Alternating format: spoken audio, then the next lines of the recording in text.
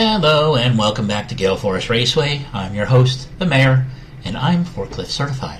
So anyway, so I put up a live video tonight, not even an hour ago, and while I struggled through my audio problems again, thanks to the webcam microphone, and why am I already doing this video, and where did the other video go? Well, we found the problem. Yeah, I know. Oh, brother, this guy stinks! Yeah, it's accurate. You go into your track setting. I'm not going to go into detail in like every little minutia because I would love to share my screen and show you, but the laptop's downstairs and I don't have Race Coordinator installed on my desktop. So in that software, there is a place in there to mark your pins as different things, right? So we had all our pins lined up. So of course you have to have your pins for your lap counter, right, which are separate in my case. Remember that.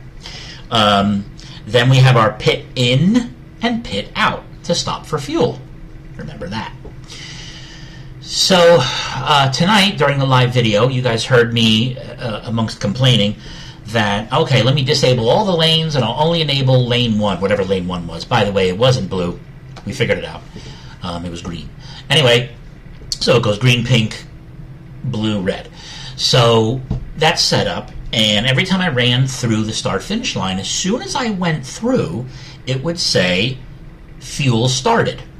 So what happens is it's a timer. So we're going to say there's a 2-foot distance. It's roughly that anyway. So you drive through, and if you blast through, you're good. Meaning it just keeps going. You're still using fuel. You're not refueling. But if you stop for 1 second, there's a 1 second pause. I think mine's 1.5. So you have to pull into the pit lane and you stop. You let off the trigger. Computer goes 1 cells and 2 and that boom, it starts fuel, car is refueling, whatever it says, right? Which I'm going to change that audio because that's what I do.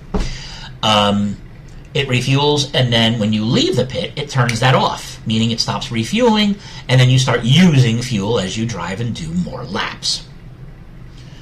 That wasn't working for me.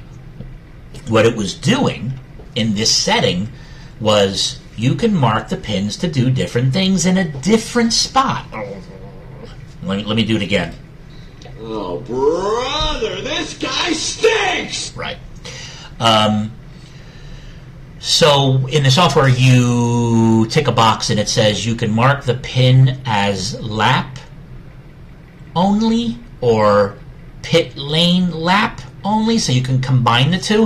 I guess that's for people who want to set up a maybe not have 3 pins, only have 2, right? So you enter the start-finish line, and then 2 feet later is maybe the end of the pits, which, like in NASCAR, it's kind of the same thing, right? Your start-finish line is right in line with it, so to speak, even though they don't count that as the finish going through the pits. But that's kind of their thinking. And there was a third setting, which was also a little bit weird regarding pit lane and counting laps.